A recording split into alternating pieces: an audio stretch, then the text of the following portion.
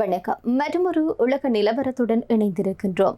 ரஷ்யாவிடமிருந்து S-400 வான் பாதுகாப்பு அமைப்பை India வாங்கியிருக்கிறது.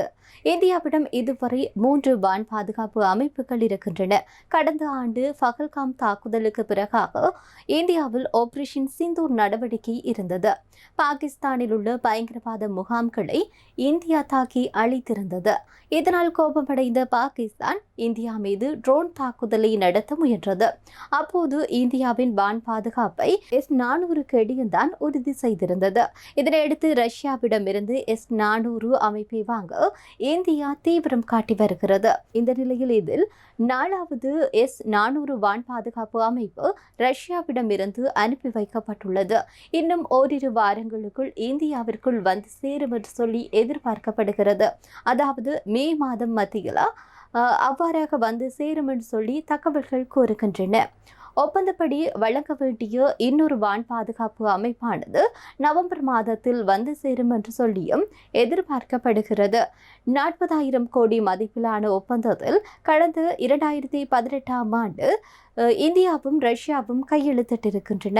அந்த ஒப்பந்தத்தின் அடிப்படையில் 5 வான் பாதுகாப்பு அமைப்புகள் வாங்குவதற்கு முடிவு எட்டப்பட்டிருந்தது. இந்த வகையில் 3 வான் பாதுகாப்பை ஏற்கனவே அனுப்பப்பட்டிருக்கக்கூடிய நிலையில் இந்தியாவின் வான்படையின் பயன்பாட்டிற்கு இருக்கிறது. ஆனால் இந்த 4வது வான் பாதுகாப்பு அமைப்பு கிடைப்பதில் கிட்டத்தட்ட 3 ஆண்டுகள் சென்றிருப்பதாக கூறப்படுகின்றது.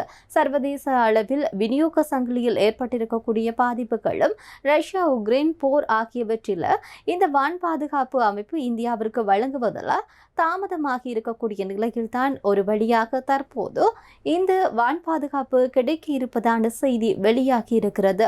இந்திய பாதுகாப்பு நிபுணர்கள் குழு வான் பாதுகாப்பு அமைப்பை நேரில் சென்று ஆய்வு செய்து ஒப்புதல் அளித்ததை அடுத்துதான் இவ்வாறாக அனுப்பி வைக்கப்பட்டிருப்பதாக சொல்லப்படுகின்றது.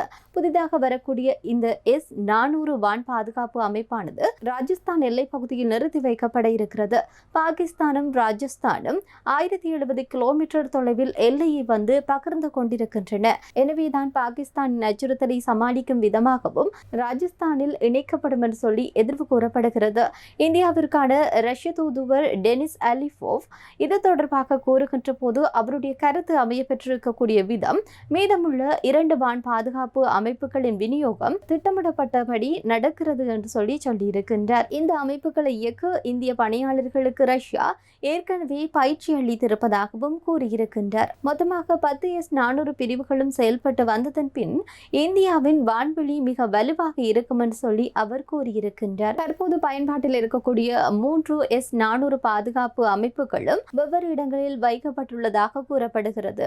அதன் அடிப்படையில் தான் தற்போது இந்த புதிய ஹெக்டார் ராஜஸ்தானில் வைக்க இருப்பதாக சொல்லப்படுகிறது. இந்த S-400 வான் பாதுகாப்பினுடைய பல சிறப்பம்சங்கள் தொடர்பாக கூறப்படுகிறது. குறிப்பாக தொழில்நுட்ப சப்போர்ட் பண்ணக்கூடிய இடமாகவும் இருக்கிறது. அதே நேரத்தில் 16 வாகனங்கள் இடம்பெற்றிருக்கும் என்று சொல்லப்படுகிறது. இந்த நவீன பாதுகாப்பு அமைப்பானது 600 கிலோமீட்டர் தூரம் வரை சென்று வான்வெளி அச்சுறுத்தல்களை கண்டறியும் திறன் கொண்டதாக கூறப்படுகிறது.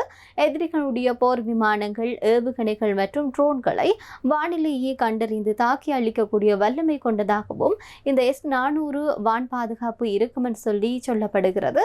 இந்த நிலையில் பல்வேறுபட்ட அச்சுறுத்தல்கள் ஏற்படக்கூடிய நிலையில் அதில் இருந்து தன்னை பாதுகாத்துக் கொள்வதற்காக இந்தியா பல்வேறுபட்ட முயற்சிகளை எடுப்பதாக கூறப்படுகிறது. அதில் ஒரு மிக முக்கியமான முயற்சியாகத்தான் இந்த S-400 வான் பாதுகாப்பானது ரஷ்யாவிடமிருந்து பெற்றுக்கொள்ள இருப்பதாகவும் தகவல் ஒன்று வெளியாகி இருக்கிறது. மற்றொரு காணொளியில் சந்திப்போம். நன்றி.